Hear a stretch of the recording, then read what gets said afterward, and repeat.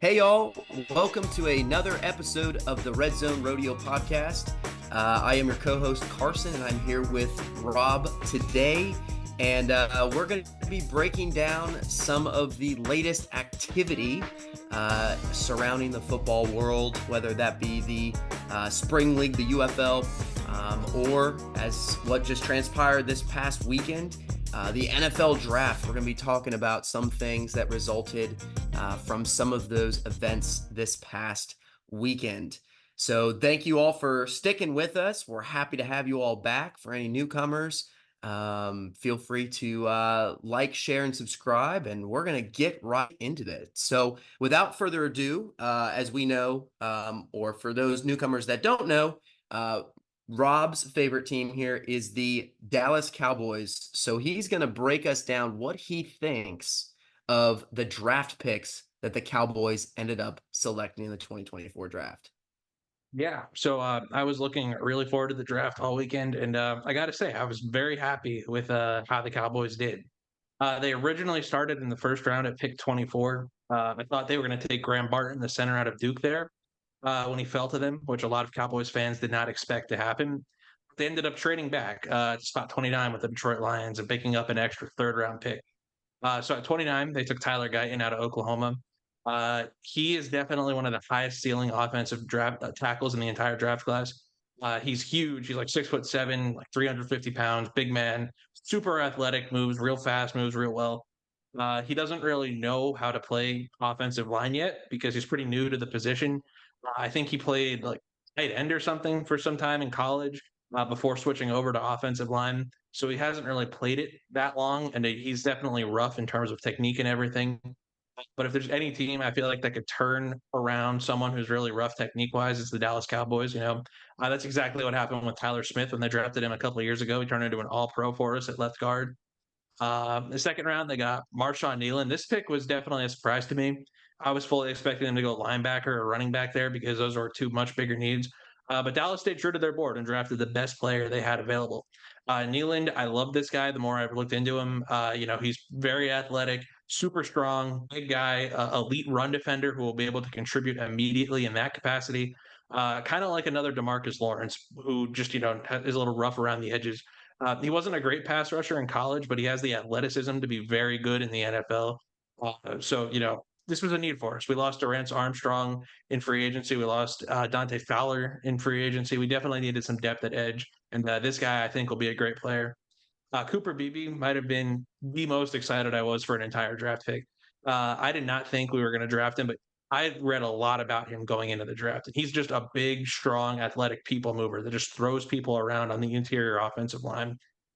So getting him with that extra third round pick we picked up from the Lions was super exciting. He was a guard in college, but he almost certainly will be moved to center for the Cowboys because they don't have a center on their roster right now. But he will definitely be a game changer in the middle of that offensive line for us. The next third round pick we had, Maris Liafu, I think that's how you say his name. He's a little undersized for a linebacker. He's great in pass coverage, but he's a little too small to get off blocks and make tackles against the run game. So I think he'll be a third down guy for the Cowboys for a while there when he initially starts playing with them. I think he'll be a really good coverage guy. He might come off the field on running downs because again, I don't think he's necessarily big or strong enough to get in there and make a tackle against a big offensive lineman. But I think he could definitely put on some muscle, some strength, and to add that part to his game because I think he reads plays really well when he gets the chance to. He just doesn't have the strength for it yet. Fifth round, Kalen Carson. This was another guy I was super excited to get. I think most draft people had him in the third round, so the Cowboys getting him in the fifth round was definitely super exciting. He's a big, rangy, fast corner. He reminds me. Heard one of the NFL guys I follow compare him to Chidobe Awuzie, who I'm sure you're very familiar with now, Carson. When he was Oh, first yeah. drafted by the Dallas Cowboys, he's gonna drape people in coverage. So definitely seems like a steal right there for us. In the sixth round, we got Ryan Flournoy, the wide receiver. He's about 6'1", runs a 4.4 40, got great hands. Really struggles with his feet movement and his route running ability, but he's definitely got tons of potential. So I would not be surprised to see him make the Cowboys roster and be an immediate contributor to this offense. Nathan Thomas, the offensive tackle we got in the seventh round. Definitely a guy who's probably going to be kicked inside to guard just because he doesn't really have the movement capabilities to be an effective tackle. But he's big and he's strong, and I think he could definitely maul some people in the run game, especially. So I would not be surprised if the Cowboys took him and made him a guard, just added a depth there. And then last pick in the seventh round is Justin Rogers. He's basically just like a garbage can full of dirt, I think is a phrase I heard being used to describe him. He just does not move, right? So if you need him to rush the passer, he can't do that because he does not move. But if you need him to stand there and occupy blocks to allow linebackers to make tackles in the run game, he can do that because he doesn't move. He is in an immovable object, for better or for worse, and he will just stand there and keep whoever he's supposed to be engaged with in that spot. So overall, definitely very happy with this draft class. The one thing I had to say that was like critical of it possibly was that they didn't pick up a running back at all, but we don't really have one that's capable of being a full season starter on the roster right now. Although we did sign Mr. Ezekiel Elliott to a 1 year contract officially today, which I had mixed feelings about, but I'm sure there'll be an opportunity to talk about that later. Uh, so yeah, overall, definitely a great draft class for the Cowboys. Lots of very high ceiling guys. I could not be happier with the players we got, and I think they'll all, well, at least the first three or four will definitely be high level contributors this season. So Yeah, absolutely. Some great pickups for the Dallas Cowboys for sure. Interested to see how many of them actually end up hitting the field and what they can do in game-like situations, making that jump from college to the professional level. Well, I also was pretty happy with the Tennessee Titans draft class. Um, there wasn't any, sexy picks, as I kind of like to say, in terms of like wide receiver or quarterbacks or tight ends, some of those players that, that fans like to get crazy about, that your team's drafted. But honestly, I think for this draft class, the Titans really went out and they added the pieces that they had holes at. And they added pieces that, aren't just, oh, this guy could end up playing well at this level. I feel pretty strongly that, all seven of these guys can be starters for the Tennessee Titans in the near future, if not even this upcoming season. So during the first round, our first pick with Joe Alt off the board. I know he was probably definitely a big target for a lot of teams wanting to go offensive lineman. The Chargers snag him at 5. I thought this kind of set up for this scenario that I'd been talking about previously on some other Redzone Rodeo episodes, that the Titans were going to select Brock Bowers. And I kind of felt like if Brock Bowers was selected by the Titans, it could have turned into him being one of the few offensive players and the rest of them being defensive players type draft. But the Titans ended up sticking to the position they definitely needed the most, which was offensive linemen, especially at the left tackle spot, which has always been a struggle. Not only this past season, but for multiple seasons, the offensive line has been the linchpin of a lot of offensive struggles and problems for this team. And of course, protecting the quarterback, especially with Will Levis and how he's been able to show Titans fans and the NFL world that he certainly has what it takes to be a franchise quarterback, if not one of the greats. But we need to protect him. You can't unfortunately let him go down because then you'll never know what his potential is. So the Titans ended up picking up J.C. Latham out of Alabama, and this guy I really really love. I actually, in looking at this kind of offensive line draft class and all of the people that were coming out, he was easily probably my number 2 on the list when it came to Joe Alt and him. And there was even some categories that I would even say that Latham was better at than Alt. I think he honestly is going to be a great left tackle. I know he played right tackle at Alabama. Although he did play left tackle in high school, so there is already some familiarity with that. And regarding that, we also have, I would say, arguably one of the best offensive line coaches in Bill Callahan. What he's able to do in molding together an offensive line, especially with players who may not have played that position in college. There's multiple examples of him taking right tackles in college and transferring them into left tackles or vice versa. So really great pick at number 7. It's something that the Titans needed to shore up this line to protect Will Levis. And, as much as, a Rome Odunze or Brock Bowers would have been great here at this pick, Will Levis, if that offensive line isn't solid, who knows if he's even able to get the ball to those players, and who are great playmakers, seeing what they were able to do in college. But so going offensive line, great job, J.C. Latham, great pickup. Super excited to see what he can do. The guy has super big hands. Like, that was one thing that stood out to me, especially with people who were meeting him and shaking his hand. Like, crazy, crazy big hands. And so that's just crazy. But anyways, I digress. Great first round pickup. In the second round, actually, this is probably where the Titans surprised me the most, in regards to Tavondre Sweat, the defensive tackle out of Texas. And one of the things that, I certainly thought was interesting is, I kind of thought maybe the Titans would have gone wide receiver here in the second round, especially early on. I know they had Sweat kind of in a lot of mock drafts going in the 80s and the hundreds, mainly due to his most recent activity in terms of recent DUI and some other trouble that he's gotten himself into, him gaining some extra pounds and whatnot. He certainly kind of, lost some of that draft capital as the draft was approaching. But all in all, man, what a great player. And I think that he's certainly going to be great, especially next to Jeffrey Simmons on this defensive line. I mean, you were able to see what he did at Texas this year, really great player, able to just kind of be that linchpin on the defensive line that really helped Texas get a lot of quarterback pressures, and especially stopping the run. Really great player as long as he kind of cuts down on some of those extra pounds that he got, over the past couple months, and hopefully, his behavior comes in line and comes in check, and he isn't, a loose cannon. I think this player will certainly end up being a great one for the Titans moving forward.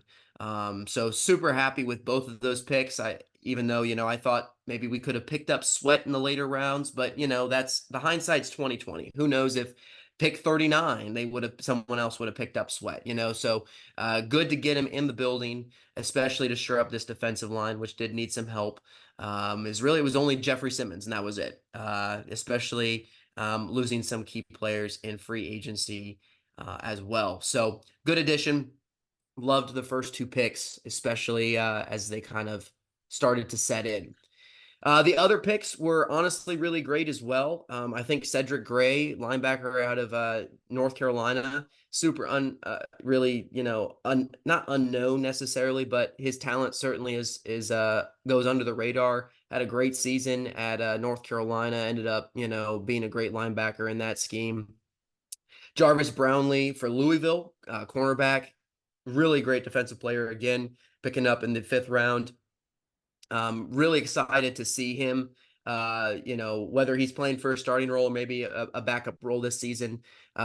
Really great opportunity for him to learn behind some of the best, whether that's L'Jarius Sneed, Cheeto, or even our top kind of draft pick from a number of drafts ago, in Roger McCreary. All great guys. Love to add Brownlee to this cornerback room.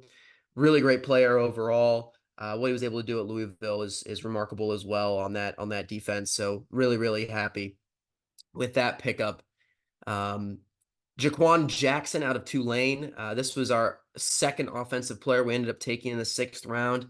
Of course, wide receiver help is certainly one thing the Titans were also looking at, kind of getting out of this draft. Yes, we do have DeAndre Hopkins and Calvin Ridley and Traylon Burks, but kind of getting another young guy in the building, especially because we know, DeAndre Hopkins may only have, this season or maybe another season left in the tank. I'm kind of banking on a couple more seasons, but I know I'm a little bit more optimistic when it comes to that.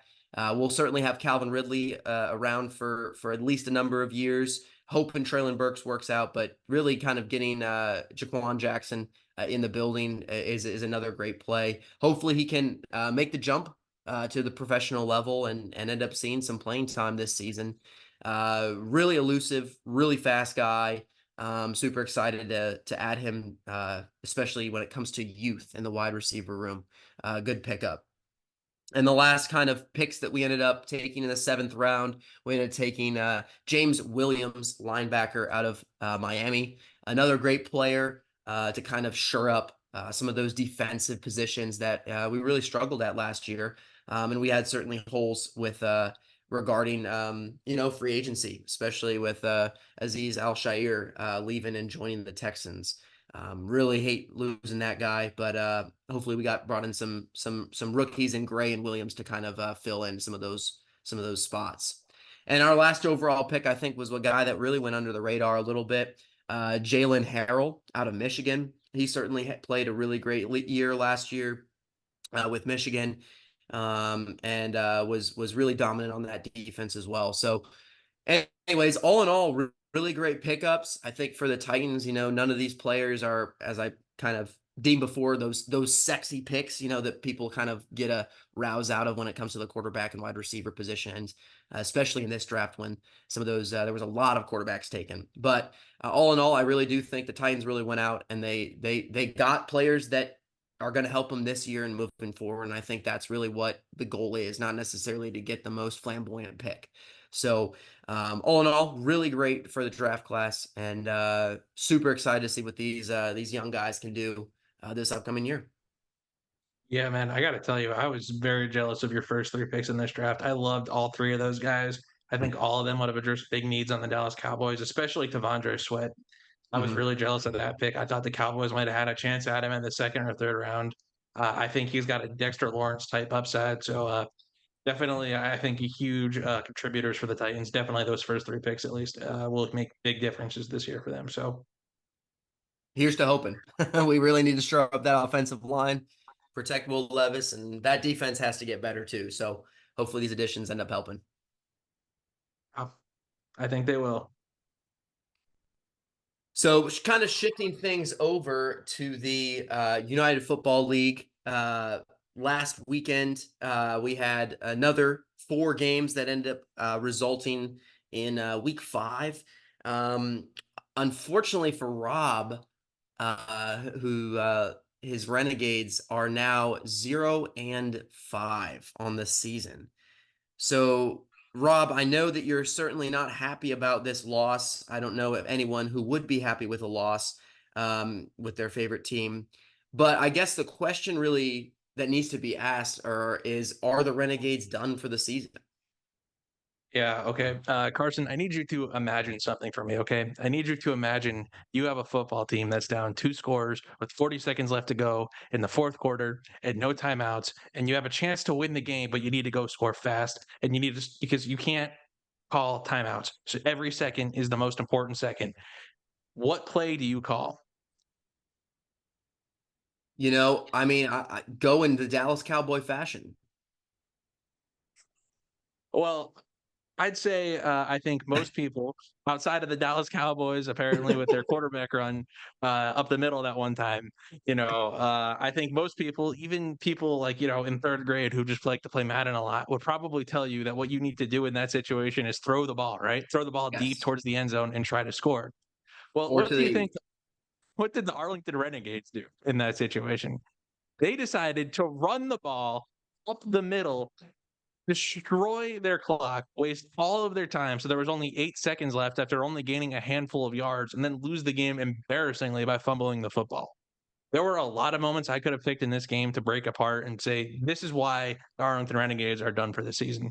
This one, I think, exemplifies it better than any other because this shows where the problems are. This is a failure by the Arlington Renegades coaching staff. Come on, people in 8th grade who played Madden could tell you that you do not run the ball up the middle when you have no timeouts left in the fourth quarter, down by 2 scores with only 40 seconds left. this is embarrassing. This isn't just bad for the Renegades. This is bad for the entire league because the UFL has always been striving for legitimacy, right? They're always trying to prove themselves as like a real football league where there can be real competition. When you have embarrassing stuff like this happen, this makes the UFL seem less legitimate. This makes it seem like some sort of like, spring, like little league football or something like that, like pee wee football. That's what this looks like when you make decisions like this. No professional football team, no college football team, no high school football team, no middle school football team should be making decisions this poorly. Come on. What are you doing? You are absolutely, the Renegades are done for this season for sure.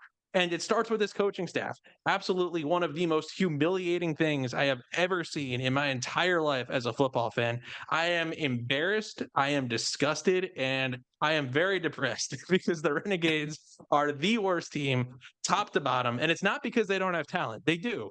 They have two great quarterbacks. They have great wide receivers. They have some playmakers on defense. They have some playmakers on offensive line. They have some playmakers at running back. The way they decide to lose every single game is just, it's embarrassing. It's stupid mistakes. It's stupid decisions. It's like they're not even trying. It's like they have the worst Super Bowl hangover of all time after winning an XFL championship. Guys, come on. This is sickening. I can't even watch anymore. It's so bad. Yes, they are done for the season for sure.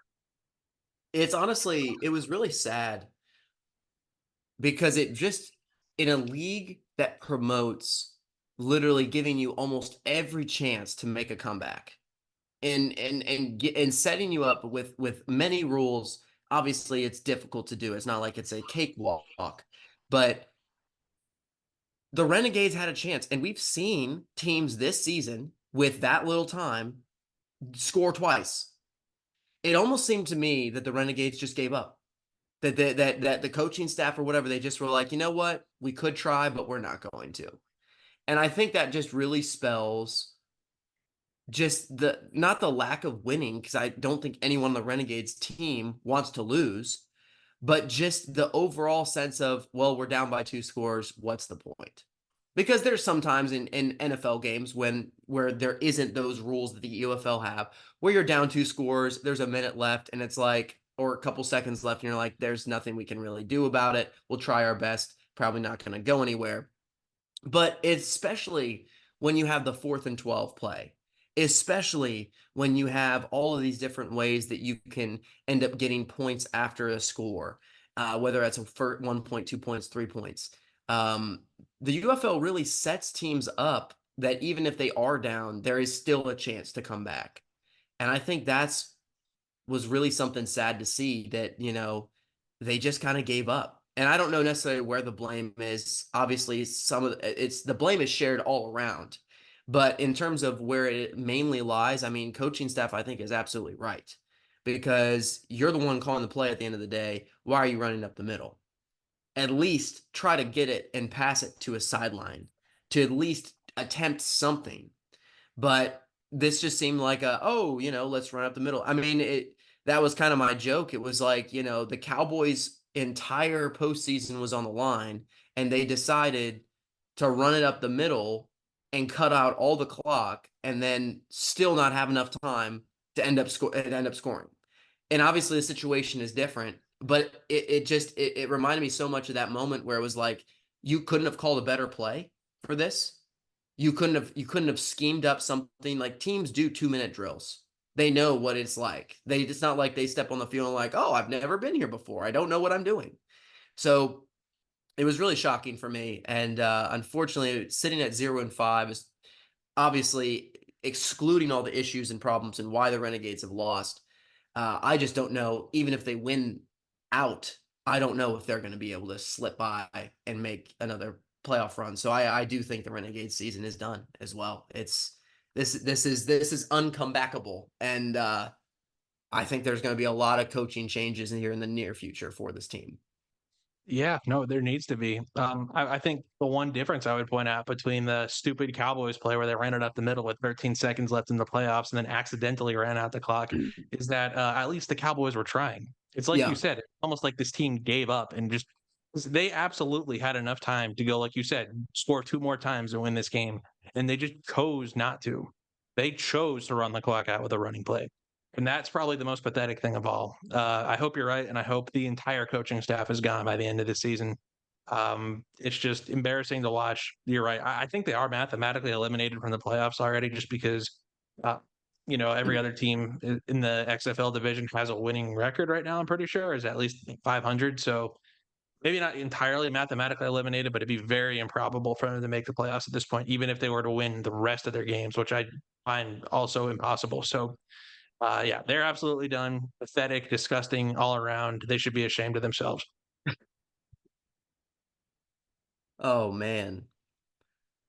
Well, kind of moving on here to another team's issues and problems. Jordan Tamu on the Defenders. And the question that we have to discuss right now is his turnovers problematic for the Defenders' success? Because as we know, the Defenders are right now sitting third in the XFL conference, behind the Battlehawks and the Brahmas, who seem to have, really put together teams. And unfortunately, you know, Jordan Tamu led to really the Defenders falling apart at home in DC. And so I guess the question is, does he how can he control these turnovers? And if he can't, are the Defenders also eliminated? Well, let me tell you, it's kind of hard to answer this question right now. But I will say one thing. If you have a quarterback who has a lot of turnovers like that, you're not going to win a lot of football games. The reason I say it's hard to answer this question is because I remember 2 years ago when Dak Prescott led the league in interceptions. And everyone was saying, oh man, Dak is like an awful quarterback. He throws a ton of picks. But if you actually went back and watched the games, you could see that a lot of those interceptions weren't his fault. Like a wide receiver had run the wrong route or like bounced off of someone's hands or something similar to that.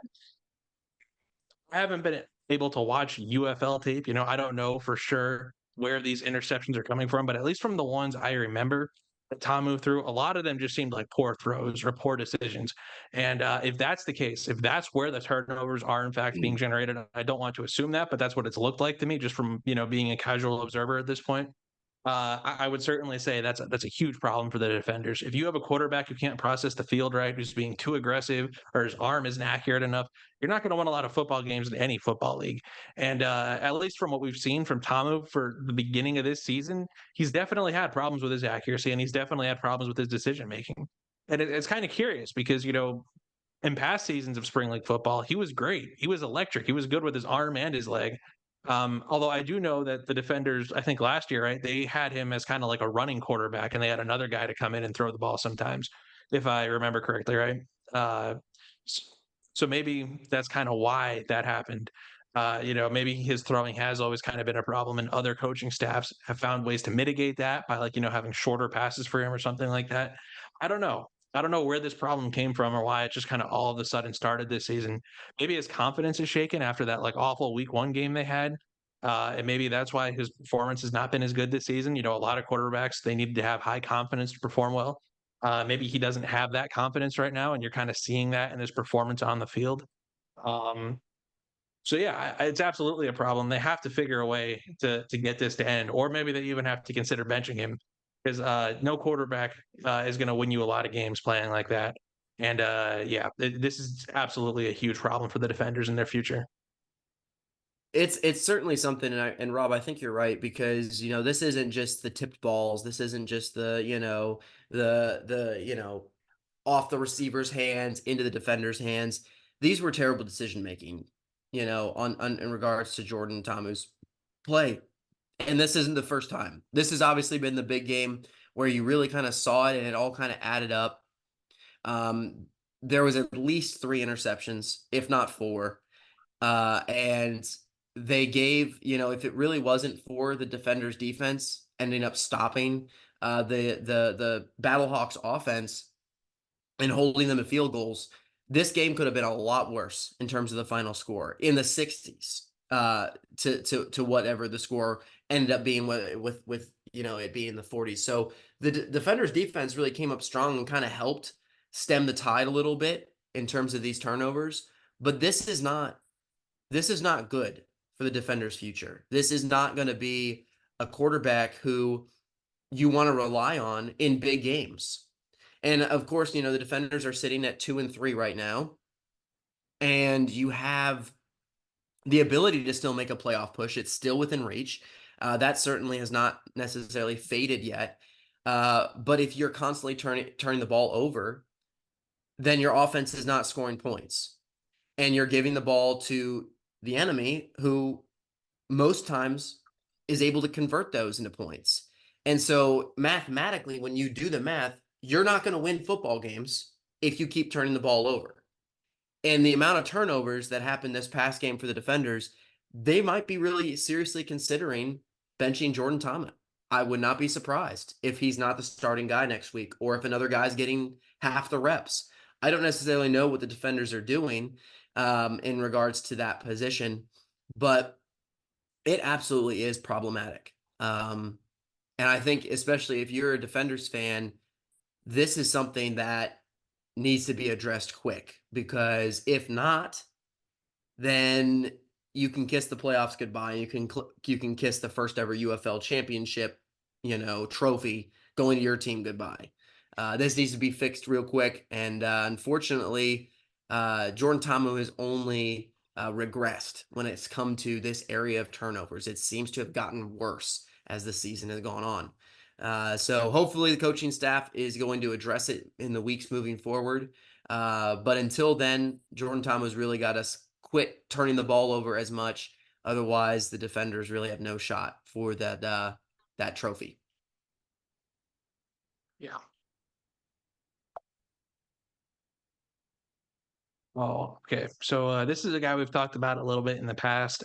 This weekend, he was pretty good. Led the Panthers to another win. Former Patriots legend. Can Danny Etling lead the Panthers on a playoff run this season, Carson? I absolutely think that he can. But I don't know if it's really him alone that's going to be ending up leading the Panthers team. Uh, there was a running back that ended up really playing well and scoring 3 touchdowns this past game against the Showboats. And it was really, honestly, a combination. But what I will say is that Danny Etling has certainly assumed the quarterback role from the injured EJ Perry, and he has not necessarily been a detriment to this team. And I think that that's something that, the Panthers have a decent enough team around him that can carry this team to a playoff push, especially with how weak the USFL conference is, other than really Birmingham, with the likes of, Houston and Memphis really struggling right now, whether it's due to injuries or play calling, coaching staff, you name it. And so, absolutely, I think Etling can lead the Panthers on a playoff run. The really question is, how many weeks is Perry going to still be out? There wasn't any necessarily official news in regards to his injury, other than he obviously missed this past week. He could be back up in the lineup this upcoming week. But Wes Hills really, the running back for the Panthers, really ended up being the guy that really helped the Panthers in the red zone, especially scoring touchdowns. And of course, Etling had his pass plays, had his throws and whatnot. But it really, I think, was the players around him that ended up leading the Panthers to winning against the Showboats. That was already a team that was struggling. So, I think it's a little bit too soon to say he can lead the Panthers on a playoff run. Uh, but he's definitely not, a quarterback that hurts the team being in. He certainly knows the scheme well. He's able to pass the ball. He's able to get the ball to the receivers, put the ball in the hands of the running backs. He's a guy that can really run the scheme well with Perry and injured and out. But I think he's going to definitely hold down the ship until Perry returns, probably one of these next upcoming weeks. And I think Perry will then end up leading the Panthers on a playoff run. Yeah, I think the Panthers are kind of in a weird spot here, where the two teams in their division that are worse than them are like really worse than them, and the one team in their division that's better than them is really better than them. So I Mhm. feel like they're kind of just locked in, like guaranteed to get that second spot in the division, which of course will lead to a playoff berth, regardless of whether Danny Etling or EJ Perry is in at quarterback. Etling is good enough, like you said, to like not hurt the team at least while he was in there, and they have a pretty talented roster around him. So as long as he's in there, just like doing his job, making the throws he needs to on time, nothing crazy, just holding the fort down until EJ Perry gets back. I absolutely expect the Panthers to stay right on schedule and end up second place in that division, make the playoffs, and then get blown out by the Stallions in the first round. I think regardless of who's there at quarterback for them, that's probably what's going to happen here. Because the Showboats probably not making the playoffs. The Roughnecks, sorry Carson, probably not making the playoffs. It's in all likelihood going to be the Stallions versus the Panthers, with the Stallions coming out on top. And regardless, again, of who's quarterback, Etling or Perry, I think that's going to happen. So yeah, I think Etling will lead the Panthers on a playoff run. But well, at least to the playoffs. I don't think they'll do anything once they get there. Don't think they'll win any games, regardless. Again, of who's at quarterback. But this is a good team. They're not one of the two best in the league, and I think unless you're one of those two, you don't really have any chance right now of making it all the way. But they're a good team, and Danny Etling is a good spring football quarterback, and I hope him and EJ Perry both have a place in this league for years to come. So, So oh this is a man, question that I can't wait to really dive into. But I certainly have my thoughts on it, but I kind of wanted to run this by you, Rob, because as we know right now, looking at attendance when it comes to home games, unfortunately for Michigan and Houston, their low attendance has really put them in jeopardy. Now, of course, there hasn't been any official word coming out that these teams are going to be axed or relocated or whatnot. But we have certainly seen teams like this with this amount of low attendance be either discontinued, completely axed, moved, you name it. Whether it was the Vegas Vipers in the XFL this past year or the Tampa Bay Bandits after the first USFL season, here we are again. And the two teams that are struggling to fill their stadiums and to fill, fan appreciation and whatnot is Michigan and Houston. So, Rob, the question I have for you, and I'm really interested to hear your thoughts on this, but do you think with their low attendance that Michigan and Houston will survive year one? oh man. Well, I think Michigan will because they're the second best team in their division right now. They're probably going to be in the playoffs. Who knows? They might get lucky and even make it past Birmingham to the championship game. Anything can happen in a given game, right? Mm-hmm. So because they have so much success ahead of them, I think that will prevent them from being, destroyed as a franchise. Because those other teams you mentioned, the Tampa Bay Vipers and the Vegas Vipers, were both really bad. Uh, they were not good. They had like no wins the years where they were just removed from the league, or maybe one win at most. Uh, so I think that makes the Houston Roughnecks a little bit more likely to be axed from the league, this year because they don't really have any wins going for them. They're not a good football team. They're struggling not just attendance wise, but also on the field. I think a team probably has to meet both of those requirements to be axed by the league. So I absolutely could see the Roughnecks getting axed. Uh, but at the same time, I feel like the UFL is like so dead set on expanding this league next year and adding four more teams. I don't think they'd be able to do that if they axed a team this year, because if they don't have the capacity for the eight teams they do have, how are they going to add four more? So maybe they'll just end up keeping all eight teams and adding four more, and hoping that attendance will go up next year when the league's a little more established and recognized. Maybe they'll help the teams that are struggling win wise right now to get a little better in terms of talent and whatnot. Make them a little more competitive. Maybe that'll draw more interest to them. So if I had to guess right now, I'd say both of these teams survive this year, but I certainly think Houston is a lot more likely to be axed than Michigan is. Yeah, it's certainly something that's very interesting to me as, obviously as a Roughnecks fan and whatnot. But after watching what transpired with the Vegas Vipers at the end of the XFL season with their whole front office, coaching staff, everyone was let go and pretty much the team ceased to exist. I don't know necessarily as Rob, you said, I don't know how easy it would be for the UFL, especially starting out to really axe a team if they're wanting to expand and whatnot. However, I think that relocation could be a better option for the UFL, especially when you have teams like this. Of course, Houston's team has some talent on it. Still haven't put all the pieces together, and we've obviously talked about Michigan being able to go on a playoff run just with how decent their team is in the conference that they sit. Uh, but I think that there could be a scenario where, and a very likely scenario where these teams are pretty much picked up, kind of like the Tampa Bay Bandits were in the USFL. And like the Tampa Bay Bandits, they were moved to Memphis, and then they became the Showboats. And the Showboats have obviously had a little bit more success than the Bandits ever did.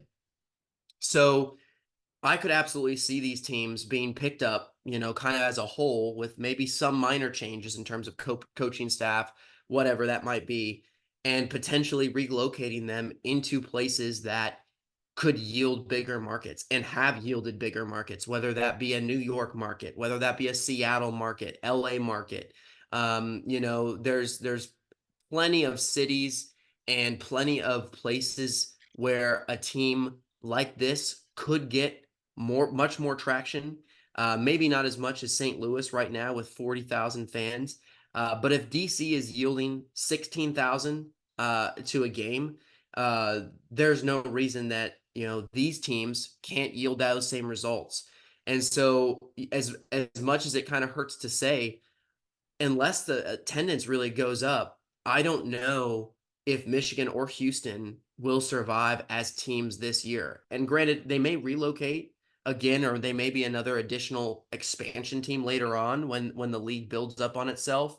But I think you're absolutely right, Rob. I think out of these two teams, Michigan has a better chance, especially with that kind of deal locked in with Ford Field. That's a really great field, really great facility to play at. Where's Houston playing at? Rice University. The logo in the middle of the field is still Rice. It's not the UFL. It's not, Houston Roughnecks. The end zones are, they labeled them the Houston Roughnecks, so it's a minor point. But we saw what happened with the Vegas Vipers when they were playing at Cashman Field, which was just a converted baseball stadium, and it looked awful. It didn't look near as nice as everything else, and so and they had a terrible record with not great players. So, and not great fan attendance and, the whole 9 yards. So it's going to be very interesting to see what the UFL decides to do with these teams moving forward. Of course, there's still 5 more games of football left in terms of the season.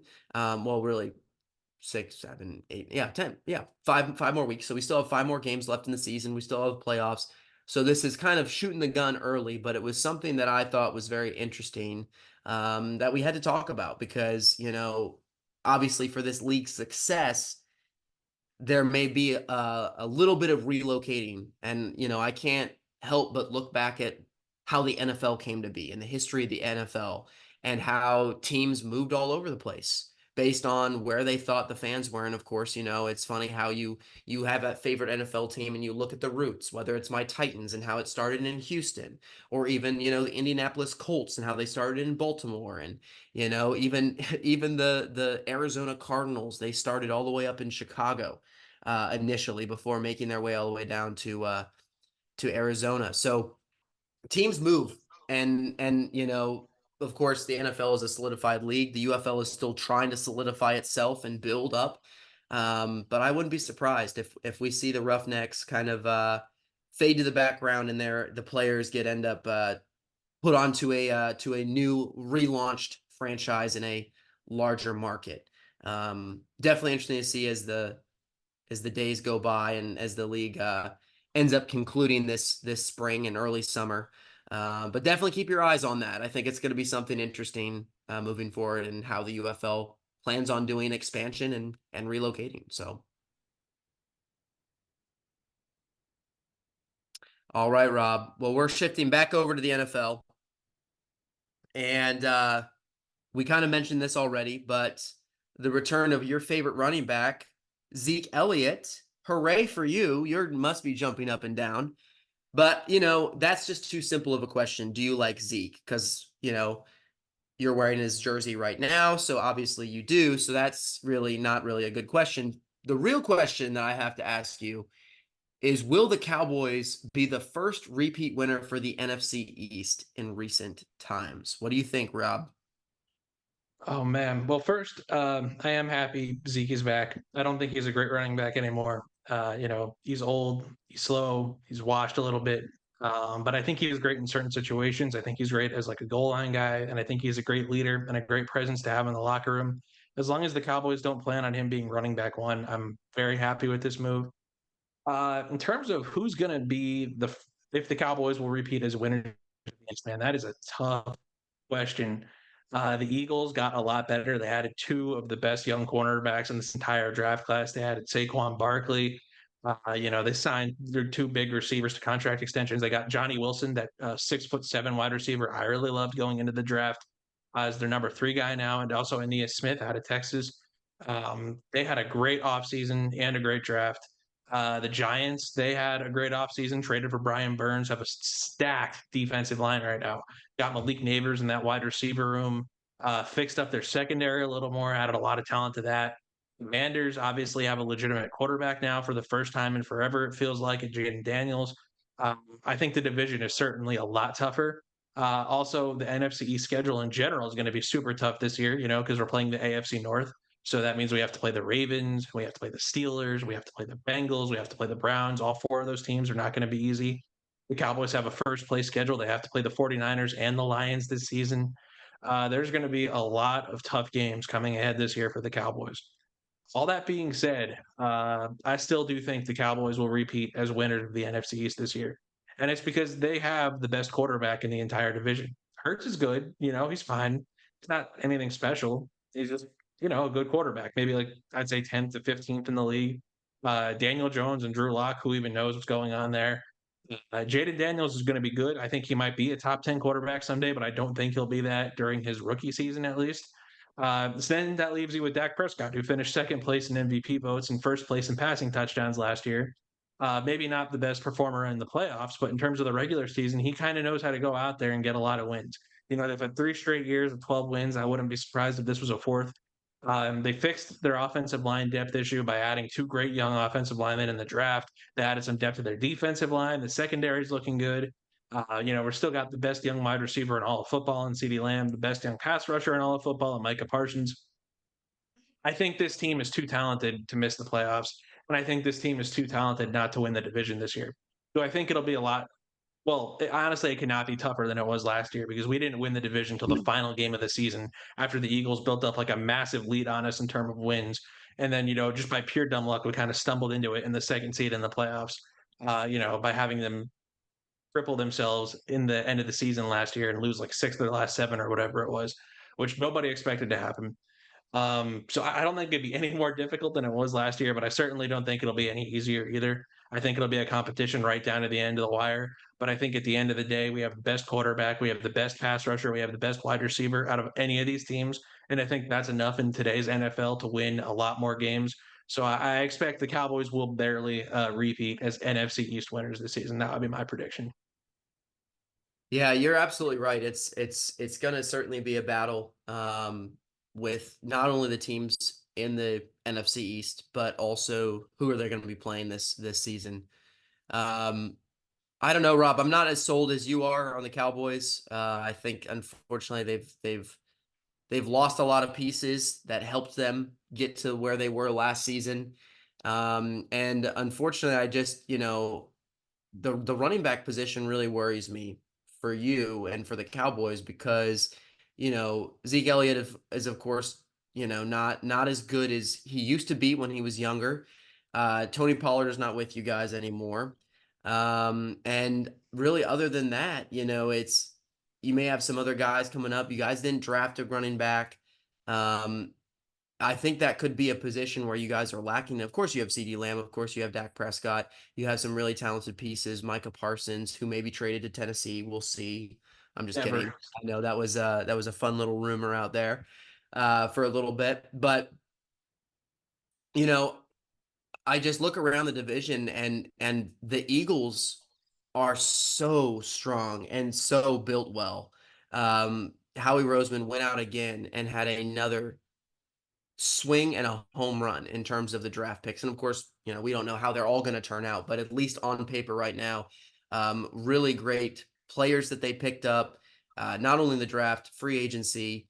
This is certainly going to be a tough team, and it's gonna be down to the wire. I agree with you, Rob. But unfortunately, I don't believe that the Cowboys will be as good as they were last season. I think they're probably going to be good, but not as good as they did last year. So with that being the case, yeah, the Giants, what are they going to be doing? I don't know yet. Especially with the quarterback position. I think Washington will certainly have some growing pains, but I really think the winner of the NFC East is really going to fall to the Eagles or the Cowboys. And right now, I probably would lean more toward the Eagles, just what they've all been able to do this offseason and kind of shore up that team in terms of leading it after a disastrous end to the season for them. So we'll see. We'll certainly see. But I like your optimism, Rob, when it comes to the Cowboys. Yeah. Well, in terms of the running back room, I will say we have a couple of guys that you shouldn't sleep on. We got Rico Dowdle, who was really good last year when he had the chance to touch the ball. We have Deuce Vaughn, the little guy who, Mm-hmm. was breaking ankles all the time at Kansas State. Never really got to see the field last year. We have Malik Davis, who he was okay when he had to play for a few games after Tony Pollard got hurt last year or 2 years ago. And we have Hunter Lipke at fullback, who was pretty good last year when he got a chance to touch the ball outside of that one fumble he had. So there's Mm-hmm. certainly some talent in that running back room. I don't know if any of them would be necessarily running back one guys. Yeah. In terms of the Eagles, they were bad last year. They were a bad football team. Their pass rush was ineffective. Their pass coverage was bad. Their passing game was bad. Their run game was bad. The offensive line was falling apart. It Mm-hmm. seemed like everything that they had been so dominant in the year prior just collapsed, especially in the end of the season there. And I think that's a lot to fix in one offseason. They Yeah. did add Saquon Barkley. Again, he's 28, little injury prone, so who knows how that's actually going to impact their run game. They did draft two rookie corners who I was really high on, and I was very sad to see them get in Cooper DeJean and Quinion Mitchell. But even the best rookie corners usually struggle in the NFL when they get there their first season because it's a huge leap from covering, backup wide receivers in the NFL at like Michigan or something like that to covering starting wide receivers like CeeDee Lamb or, guys like that, Tyreek Hill, that sort of thing. So I think their secondary is probably still going to struggle this year. The only difference in their defensive line this year, is that they lost Fletcher Cox and they Mm-hmm. added what's his name from the Jets, Bryce Huff. Yeah. Really good pass rusher, really bad run defender. So I think that might generate a little bit more pressure than they were last year. Maybe Jalen Carter will make like a big second year leap, or maybe let the sophomore slump, kind of like he was at the end of last season. Yeah. It's kind of hard to know where the Eagles are right now because they were a Mm-hmm. bad football team at the end of last year. And yes, they did add some pieces, but who knows how that will impact them. The Cowboys were also a bad football team at the end of last year. And I say they did lose a significant amount of talent. Like you said, they lost Tony Pollard, haven't really replaced him. Lost Tyron Smith. They replaced him with a rookie who's promising, but hey, who knows how good he'll be his rookie year. Yeah. So I would certainly say it's up for grabs right now. Really don't know how either of these teams will look. Although, like I said, just because the Cowboys are better at quarterback, pass rusher, and wide receiver, which I think are the three most important positions right now in this league, I'm picking them. But I certainly understand why you would have some doubts about their ability to repeat as an NFC East winner. So Yeah. We'll certainly see if the tradition goes on with different winners. I think what it was the 2004 and 5 Eagles was the last three and repeat. four, three and 3 and four, yeah, 4. So certainly it's been been a 20 while. years. Yeah. Yeah. So we'll see if the Cowboys can end up cutting that record short and being another repeat winner. But for your sake, Rob, I hope that the Cowboys do. But they're just obviously going to lose in the playoffs to the Titans in the Super Bowl anyway, so it really doesn't matter. All right, moving on. So all jokes there, guys. All jokes. I would Okay. be thrilled if we lost to the Titans in the Super Bowl because at least we'd make it to a Super Bowl. Um, That's true. That is true. That is that, true. that that aside, Carson, we saw the Broncos, go out to number 12 and get Bo Nix, Bro Nix, as I like to call him. We talked about him being a perfect fit for Sean Payton, thinking the Broncos were really keyed in on him, something we absolutely called. A lot of people called it, not just us, obviously. It seemed like this was a pretty obvious move for a lot of people to predict. So Carson, how do you think Bo Nix is going to do there in Denver? Do you think he's more game ready than some of these other quarterbacks that got taken before him? Well, I thought that was a very interesting statement by the Broncos general manager that ended up stating that Bo Nix is more game ready than some of these younger quarterbacks. He's coming into the league at 24, but that honestly is not necessarily a big surprise. Their quarterbacks get drafted at 24 all the time. I see some people, talking about like, oh my goodness, like he's another 24-year-old quarterback. Obviously, he's not going to succeed. But I honestly really do think that this is a good fit for Bo Nix, or Bro Nix, like we like to call him out here on the show. Um, you know, I think going out and saying that he's going to be more game ready than the other young quarterbacks taken, whether that be Jaden Daniels, uh, Drake May, or Caleb Williams, I it's certainly going to be tough. I I think with Sean Payton, Bo Nix is going to have something that the other three don't have in a talented head coach who has taken young quarterbacks and had them succeed in his regime. If you look at the Patriots, you look at the Bears, and you look at the Commanders, these are all guys who either A, have never been a head coach before, and if they have, it didn't really end well.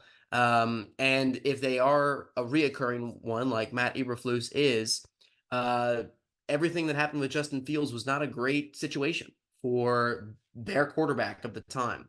So it's still, I think, too early to tell how these young quarterbacks are going to develop under these guys who still have a lot to learn when it comes to the head coach position, and especially learning the systems. So I guess in that regard, I would say he that Bro Nix could end up being more game ready than some of these younger quarterbacks with just the help of Sean Payton and the others in the Broncos room that can really kind of help him develop. But I don't know if he is is more game ready than the likes of Caleb Williams or the likes of even Jaden Daniels. I am really high on those two guys. I think that, despite, the lack of experience in sometimes the coaching rooms that the Bears and the Commanders have at the moment, I do really think that these guys are generational talents, and they may be younger than Bro Nix. They may be, have a little bit less experience than what Nix has been able to kind of generate throughout his time playing football, especially at Oregon, and that successful season he kind of strung together. Um, but I don't know. I think he's going to be a great quarterback in this league. I think this is someone the Broncos can lean on for years to come. But unfortunately, in terms of being more game ready, I think that Jaden Daniels and Caleb Williams are going to get starts this year. And I think they're just going to excel like CJ Stroud did in Houston. I think that these quarterbacks are poised for that kind of breakout, especially with I would say the Bears more than the Commanders, but with the team built around Caleb Williams, it's almost like, you know, he has every help in the world there to help him succeed offensively. And even with the Commanders, they've made some great moves in the offseason as well. And maybe they spent too much money on certain players like we discussed a little bit. But Jaden Daniels certainly has the ability to kind of take off as well. So long story short, I would say probably that, I think Bo Nix is going to be a good quarterback in this league. He obviously has all the ally he needs and Sean Payton. But him being more game ready, as the Broncos general manager has stated, I don't know if he's more game ready than some of the other younger quarterbacks. Yeah, I could see this. I think Bo Nix is definitely one of the more cerebral quarterbacks in this draft class. And I think you made a brilliant point about him going to a much more established offensive mind and offensive coordinator in Sean Payton. I think Sean Payton's going to be able to get the best out of Bo Nix immediately, whereas some of these other coaches might have to kind of figure stuff out as they're going, figure out what their quarterback likes.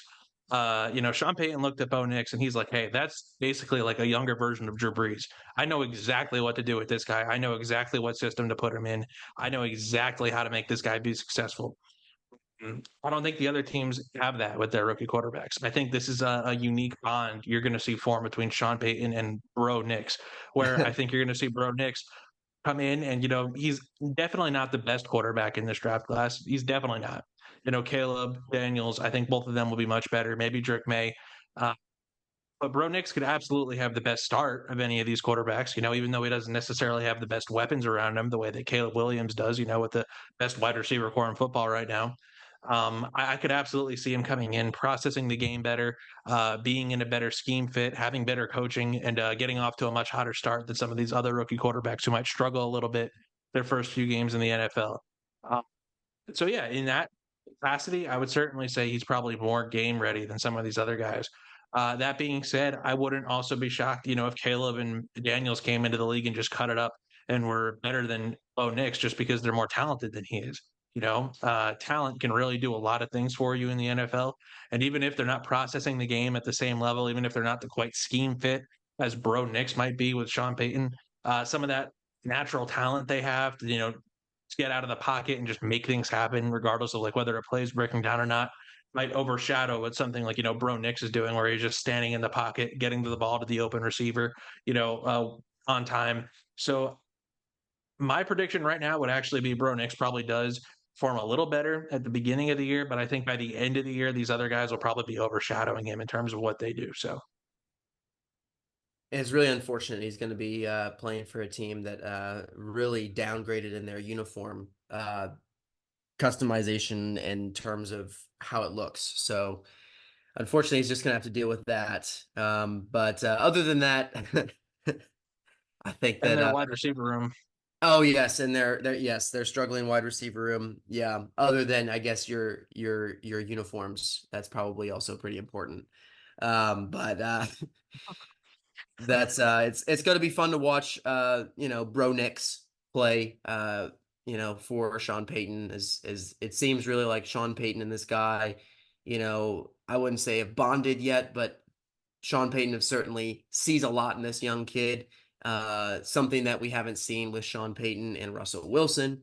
So this could be kind of a new reemergence of Sean Payton type football, which excelled when he was with New Orleans. So we could see a resurgence of a Denver team. I don't know if it's going to be this year or still in a couple years coming, but getting a piece like Bro Nix is going to be pretty important to kind of start building your team around. So, but kind of talking about quarterbacks here, we ended up we ended up not mentioning a lot about Drake May and some of the other quarterbacks that were ended up being taken later in the draft. Now, obviously, that was all due to the fact that I really wanted to ask you this question, Rob, in that the Patriots ended up drafting two young quarterbacks in this draft. Drake May with the third overall, and then later in the draft, they ended up picking Tennessee Volunteer Joe Milton, who actually had a really good season in the SEC this past year. Really talented. I wouldn't say as much as some of the top guys that went, but still a good pickup. The question is you now have these three guys on your roster. You have Jacoby Brissett, who's kind of the veteran guy. He's bounced around a number of teams, hasn't really been that great of a starter for you. And you have these two young guys in Drake May and Joe Milton. So, Rob, with these quarterbacks now that are in your room, it's obviously going to be a quarterback battle. But who do you think is going to be the starter? Who's going to take it over?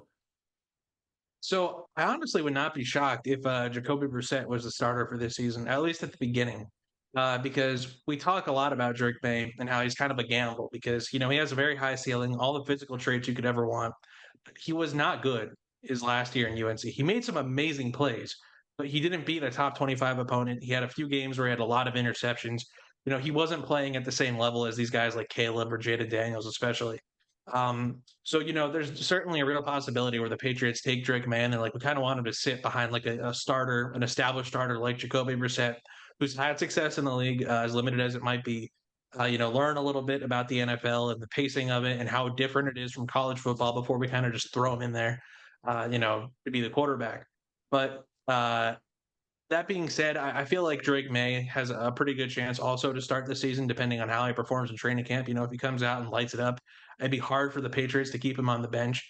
But I would not be surprised if Brissett was the starter. I would say probably right now it's 60-40. Brissett's the starter versus May's the starter. Uh, Toss up right now. We'll see what happens in training camp.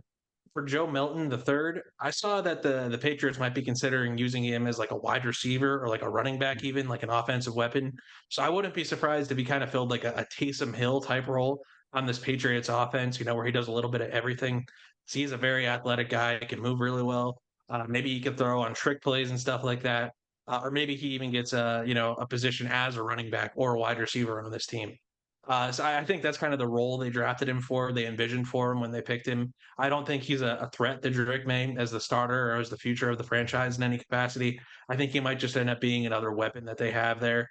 Uh, I would probably envision him as the third emergency quarterback or listed as like a tight end on the roster, the way Taysom Hill is.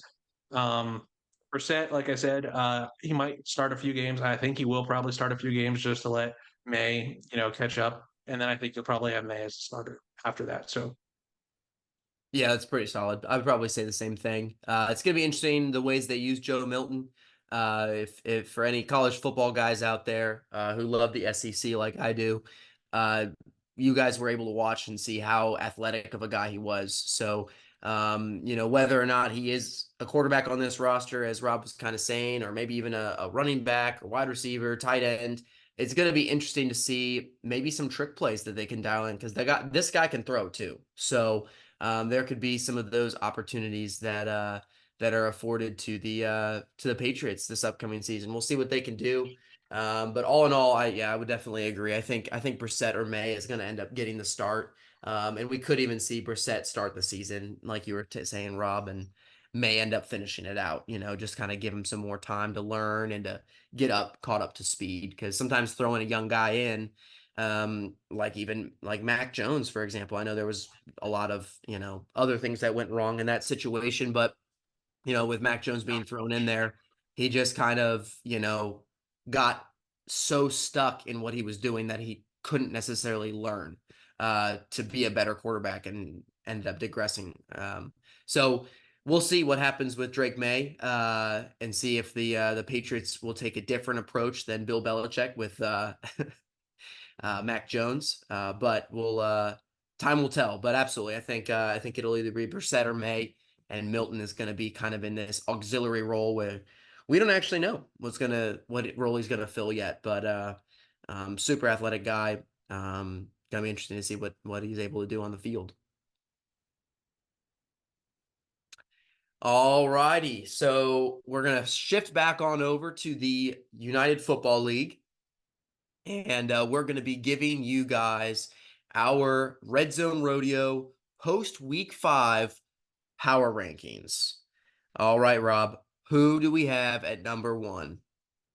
once again, we have the St. Louis Battlehawks. They scored like 40 something points this weekend. Another dominant win for them. I said last week that I thought once Ja'Cory Pearson was back, I don't know if they would lose another game this year. And they've definitely proven that, right? The 2 games they've had him for, won very handily.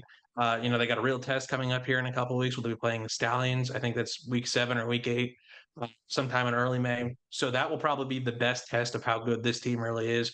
But right now, they're just absolutely demolishing anyone that gets put in front of them with all that offensive firepower they have, and I fully continue that to expect. Battlehawks are number 1. At number 2, in a very close run for the first place, we have the Birmingham Stallions. Absolutely blew up my Houston Roughnecks this past weekend, just showing again that they are dominant on the field. They're undefeated still, and they certainly have what it takes to be a top team in this league. The only reason we have them at number 2 again is we just feel that the Battlehawks offense is just so much better, and is able to yield better results. The Stallions ended up having a couple injured guys that did not play last game. Of course, it didn't really, prohibit them from steamrolling the Roughnecks, but it's certainly something to keep your eye on in the future. Hopefully those guys can get healthy. But at number 2, we have the Birmingham Stallions. That's pretty much a lock right now with 1 and 2, easily the best teams in the league and in their conferences respectively. Yeah, number 3, we have the San Antonio Brahmas. They're probably the only team I could see realistically even having a shot to beat 1 or 2 on the power rankings right now.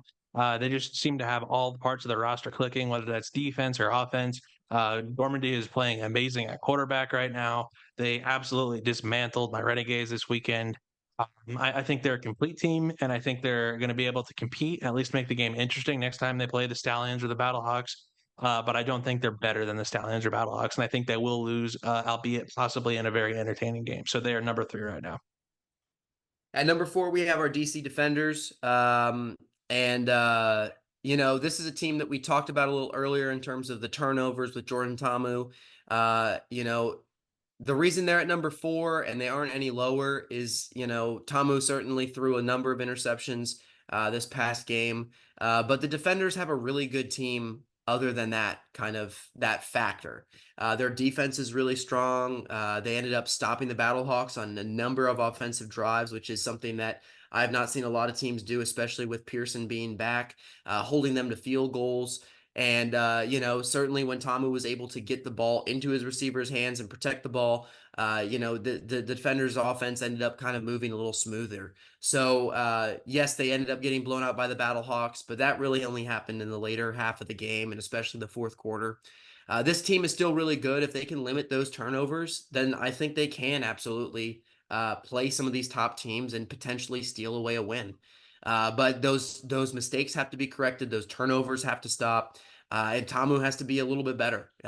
So the Defenders are at number 4 on our power rankings. Certainly can be lower, but just with the overall of part of their team, especially that defense, it's really tough. Yep.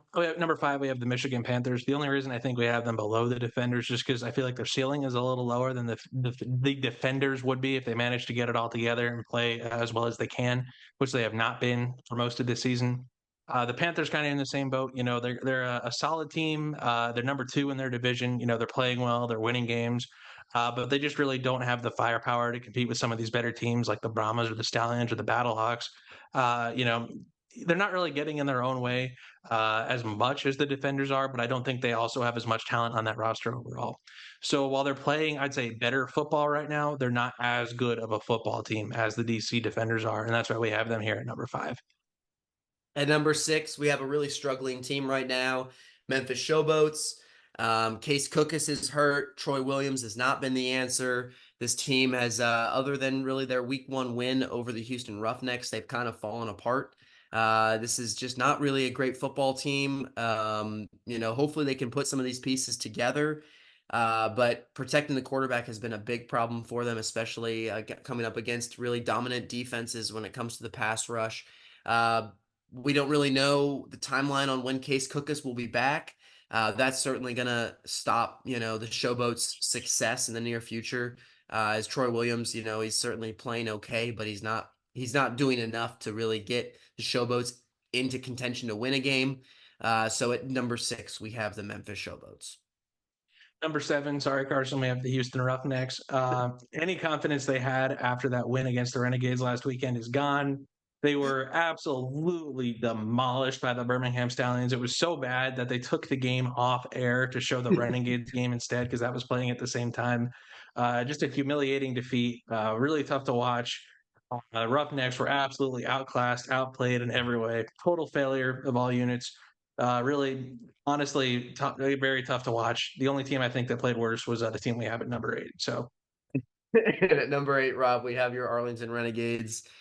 We already talked enough about them, but whether it is due to mistakes, just terrible play calls, not protecting the football well enough, this team is certainly in shambles, and it's not really due to that they don't have any talent. They certainly do. They just haven't been able to put it all together, and especially playing against teams that have much better built and more put together teams. The Renegades have struggled, and that was no surprise when it came to this past week against the Brahmas, where their mistakes ended up costing them anything but maybe a comeback. So they ended up going to 0-5 on the season. Their season looks to be over. No hope for the Renegades. We'll see if they clean house. They're at number 8.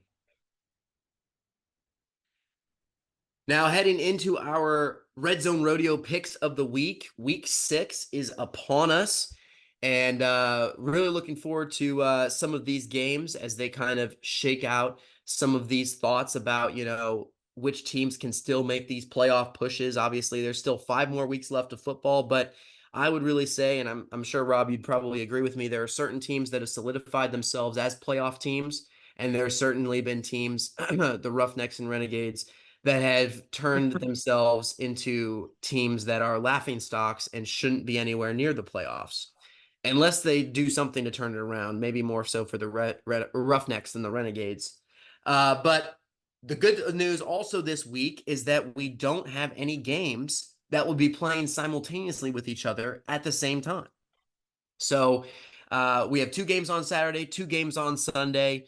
The noon game Eastern time between the Birmingham Stallions at the Memphis Showboats will be on ABC. That second slotted game for Saturday will be 3 p.m. Eastern time on Fox. That will be where the Roughnecks will end up taking on the St. Louis Battlehawks in St. Louis. I cannot wait for the massacre that ends up happening to my team there. Moving on to Sunday on May 5th, we have the Renegades playing the Michigan Panthers in Detroit. That's your 1 p.m. Eastern time game on Fox. And the last game of the weekend is going to be at 4 p.m. Eastern time. Brahmas versus Defenders. Probably one of the better games this week, but we'll break those down for you as we go through them. So first and foremost, we have the Birmingham Stallions versus the Memphis Showboats. Now, Rob, why do we think the Birmingham Stallions are going to be our pick of the week for this game? The Showboats are one of the worst teams in the league. They don't really have much going for them right now. They're not as bad as our teams are, but they're not good. And the Birmingham Stallions are just a dominant force, especially on the defensive side of the ball. I expect them to win this game by multiple scores, put the Showboats in their place relatively early, and make it another boring one, just like the Roughnecks game for them was last weekend. So Yeah, I don't know if this game's going to be close at all. We saw what the Stallions were able to do to the Showboats a couple weeks ago. I don't know if Case Cookis is going to be back. I don't know if that would even help the Showboats in any way, especially when it's come to protecting him. So I expect Troy Williams to start for the Showboats, and we'll see actually who the Stallions have starting. They've been kind of going back and forth between Matt Corral and Adrian Martinez in terms of who gets the start. Adrian Martinez was the starting quarterback last week. Be interesting to see if Matt Corral ends up taking over the team for this game. But yes, I do think the Stallions will win this, and I think they're going to win it handsomely. go ahead, Yay! Carson. This should be probably called Blowout City because that's probably what's going to end up happening between the Houston Roughnecks and the St. Louis Battlehawks. There's not really much to say. Obviously, anything can happen. I'll just throw it out there that anything can happen. Could be an upset. But this Roughnecks team has struggled. There was some hope after the win against Arlington with Mark Thompson being back and some of the other pieces ended up shaping up. But there's too much struggles going on with the team, and I honestly really think it starts with the coaching staff. Reed Sinnett has played very well as a quarterback in terms of protecting the football and being a really good quarterback, getting the ball to his receivers. But sometimes the play calls that end up being called up are just not great. I don't know why we're using TJ Pledger to run the ball into the middle of a wall that hasn't budged all game and expect any difference. Why are we? I didn't see Mark Thompson getting a lot of the snaps. I wonder if he's still hurting. Maybe he's not 100%. But man, they're going to be going up against probably the biggest bully in the XFL conference and maybe even in the league. And I don't know how this Roughnecks defense is going to be able to handle all the offensive weapons and firepower.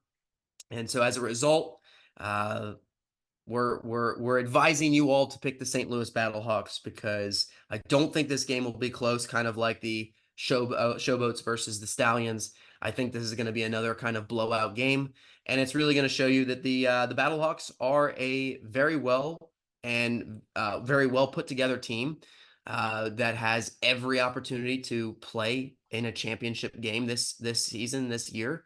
And the Roughnecks have some work to do. So I don't think it's going to be pretty. And hopefully, it's a very merciful game. But I think the Battlehawks will step away with the win. Yeah, Carson, I might actually have a little more faith in the Roughnecks than you do here because I think this might be a close game. I don't know. My gut Really? just tells me, they have trap games in the NFL where a great team will lose to a really bad team. Yeah. Um, Starting to feel like this might be something where it's a little closer than people think. Because the more I think about the Battlehawks, their strength is their quarterback and their wide receiver room. Their offensive line is good, but it's never been like great. It's never been dominant. Yeah.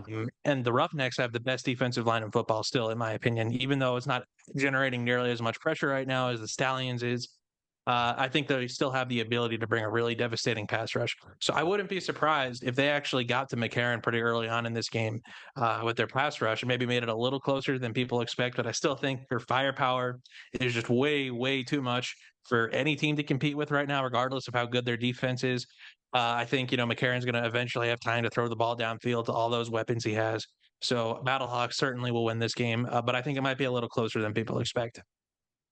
Yeah, I think we really saw what happened with DC last week. I think that's what's going to be what happens with Houston, where DC ended up keeping it close for a while. Their defense really stood up, but with their defense being on the field so much, with their offense not being on the field, it's only a matter of time, before the Battlehawks overwhelm you. And I think that's could be something we see between the Roughnecks and the Battlehawks because I do agree. I think this defense is really good. And I think, they can certainly put pressure on the quarterback.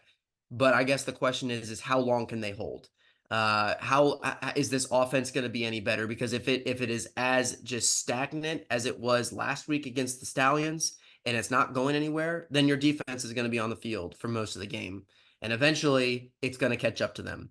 And even if we're holding them to field goals like the defenders were, unless we can get points on the board, field goals are going to be what leads to the end of the game as well in terms of the Roughnecks loss. So hopefully, I mean, like I said from the start, anything can happen. Upsets happen. You said that, Rob. That's something that certainly can be at play.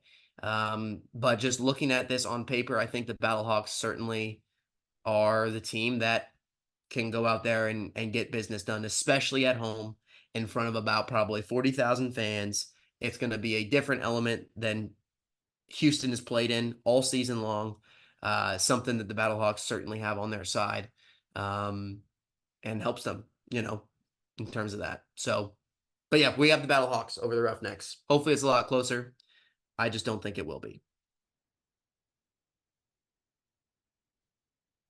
Well, my Arlington Renegades are not going to beat the Michigan Panthers this weekend. They're a team that has given up, as we saw last weekend. They're not really trying anymore. They're making tons of mistakes. The team is defeated and broken on the inside, so that means there's a really bad product on the outside. It's honestly sad and pathetic to watch. Even though the Panthers are kind of just a slightly above average team this year, I think they're going to have their way with the Renegades and probably outscore them by quite a bit. This is a defeated football team even before they step on the field. So the Panthers will not have to do much work to win this game. Yeah, I have to agree. I think, this is certainly going to build momentum for the Panthers to kind of propel them in the next couple games. Obviously, don't take out the Renegades yet, just because, they certainly have those pieces still there. And who knows, maybe they're able to squeak out a win. But, if especially if EJ Perry comes back this week, I think, I think the Panthers certainly have the lock. And our final game of the weekend, one that I think is probably going to be the best one out of the four that goes down, and especially in regards to setting up this XFL conference in regards to kind of playoff contention. This is going to be the battle right here. The defending what I feel defending the second place spot, as the Brahmas will be going into DC into an atmosphere where this team has only lost once, and that was last weekend against the Battlehawks. They have been near perfect at home in the XFL season last year and all of this season except that last game. So walking into DC, I think for San Antonio is going to be tough. But I think the Brahmas team has has a much more put together team, has a better roster. Quentin Dormady has been efficiently leading this offense. This defense has been getting pressure to the quarterback, as we saw, especially against Arlington. And, I think this team is going to be bringing some really good football to DC. And if Jordan Ta'amu can't control the ball and keeps turning over the ball and can't keep it in his hands, then I feel like this is going to be a win for the Brahmas, or I should say an easier win for the Brahmas. But all in all, I do think that the San Antonio Brahmas will be beating the DC Defenders at home, giving the second loss to the Defenders at home during their existence. Yeah, no, I absolutely agree. Brahmas, I think, are just a much better football team overall. I think they're only like one tier below the Battlehawks or the Stallions. I think they should win this game pretty easily, especially with how turnover prone the DC Defenders have been. Like you said, I don't think this will be a close game. I know you said you think this will be one of the better games of the weekend, and maybe it will just because the rest of these games are really unevenly matched. But I don't expect this to be close. I don't think this will be, a back and forth game. I think the Brahmas will take control early and probably hold on to it. So.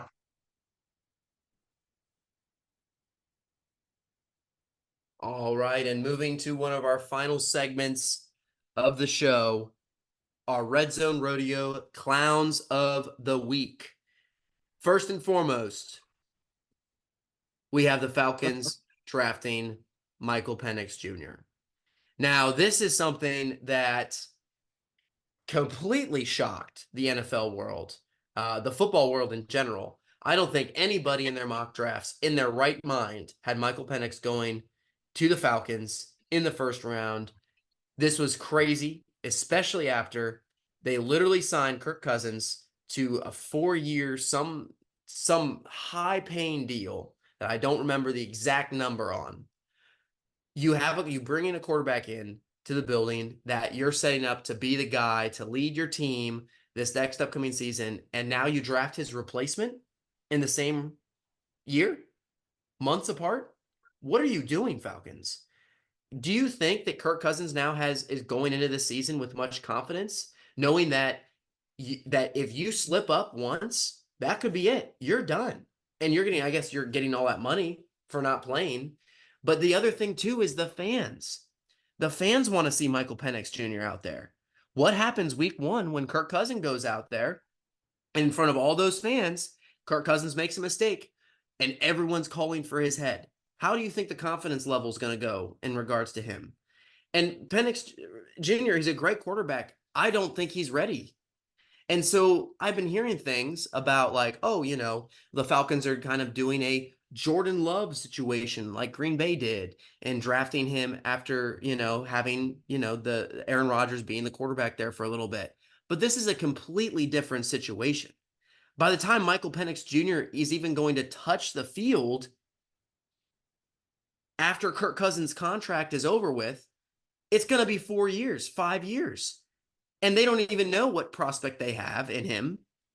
And they're going to already have to pay him big money before he even hits the field. So this is just so unwise, in my opinion. You could have gotten Dallas Turner. You could have fixed some of your other needs on your team. You could have done anything. You could have traded back.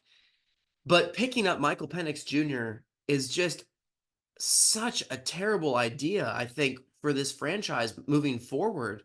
Like, great, you have a young quarterback, but now you're wasting all this money to pay Kirk Cousins, who's now not going to be as comfortable as that starter because he knows that guy's behind him. And Michael Penix Jr. wants to get to the field. So you're going to have this just constant battle. And do you really want that locker room drama? Do you want that drama all around for your team? This just seems like a big no-no. Like anyone in the football world would see this and be like, this is not great.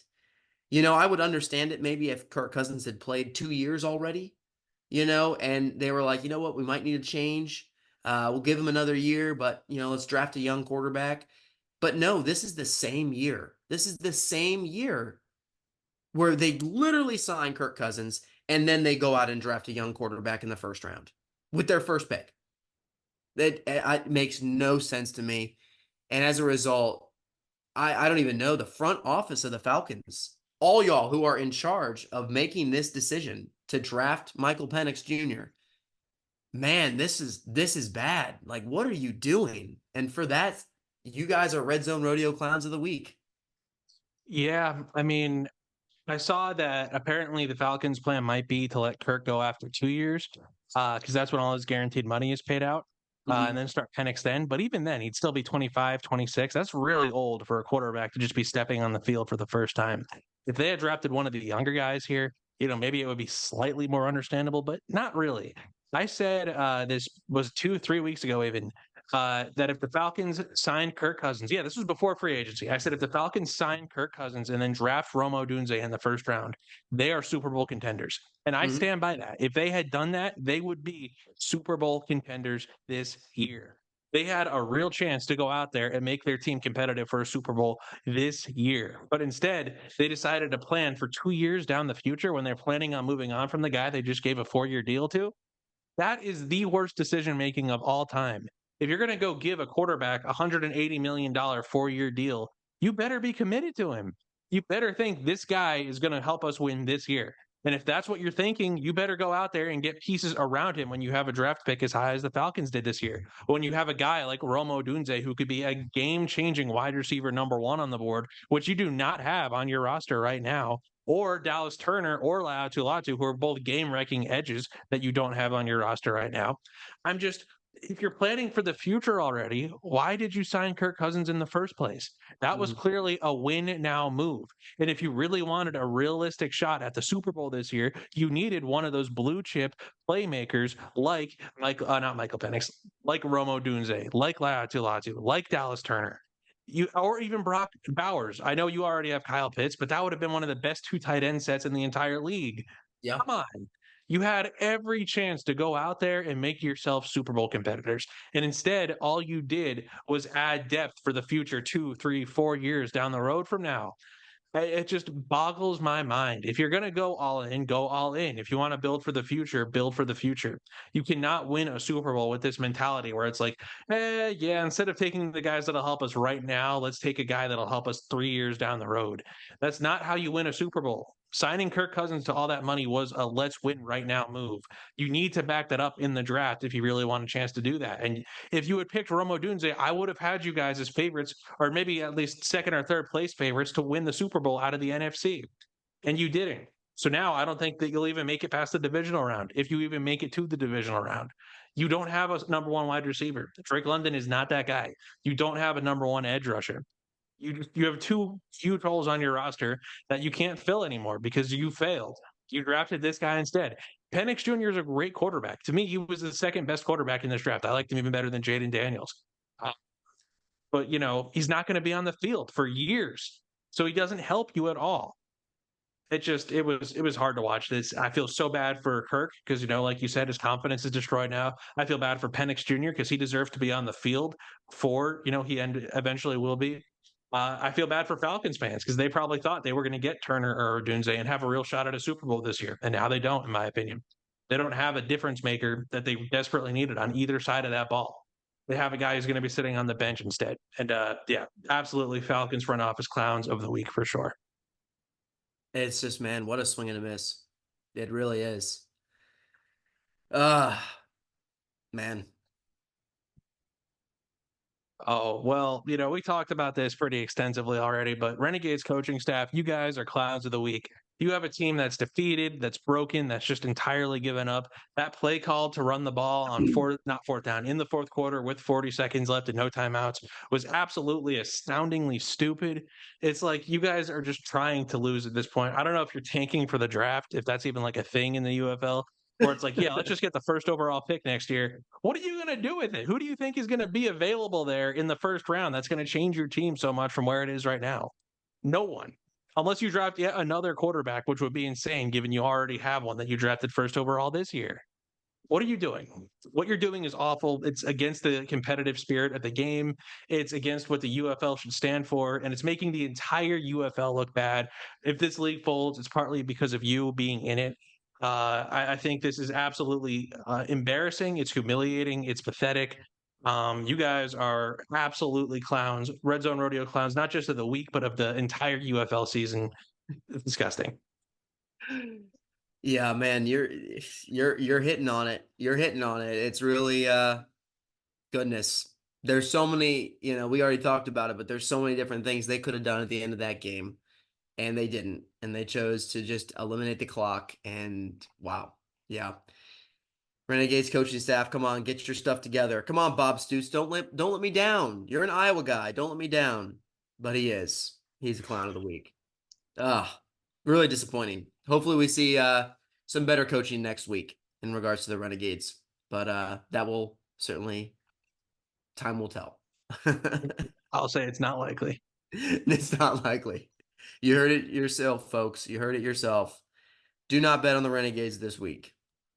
Forever. All righty, guys. Well, that is going to wrap up our show. Again, just want to thank you all for sticking around, listening to us, supporting the channel.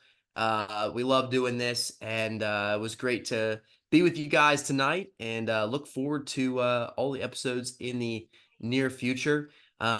But thank you guys for helping kind of grow the channel, letting your friends know about us. Obviously, football is meant to be a community, and that's what we want to make it at the Redzone Rodeo, a big community. So if you guys are willing and would like to, please like, subscribe, and share this video or any of our other videos on our channel. Feel free to check our other stuff that we do, whether it's our shorts and whatnot. But it's really just about building the community. Getting people to talk about football is what ends up, establishing leagues like the UFL to stay. And discourse in regards to the NFL is always welcome. It's what I think generates one of the best sports that's, ever graced this earth. So one of the things that we want to keep continuing here at the Redzone Rodeo. So again, thank you so much, guys. Thanks for keeping with us, and thanks for all your support. Yeah, no, absolutely. Best part of my week doing this. I say that every week, and it's true. This is so much fun. Even when the Renegades are really bad or the Cowboys are making dumb moves in free agency, I still enjoy getting on here and doing this. So yeah, thank you so much for watching. This is a blast. I love doing this. So yeah, well, we are looking forward to talking with you all next week and breaking down some of the UFL action that's coming up this weekend. So y'all enjoy the games, enjoy them. Hopefully, they end up not being all blowouts like we're predicting them to be. Hopefully they are interesting. Maybe there's some comebacks, some upsets. But we'll be here to break that all down for you next week. So until then, guys, have a great week. Stay healthy and enjoy the UFL games, and we'll catch you next time. All right, guys. See ya.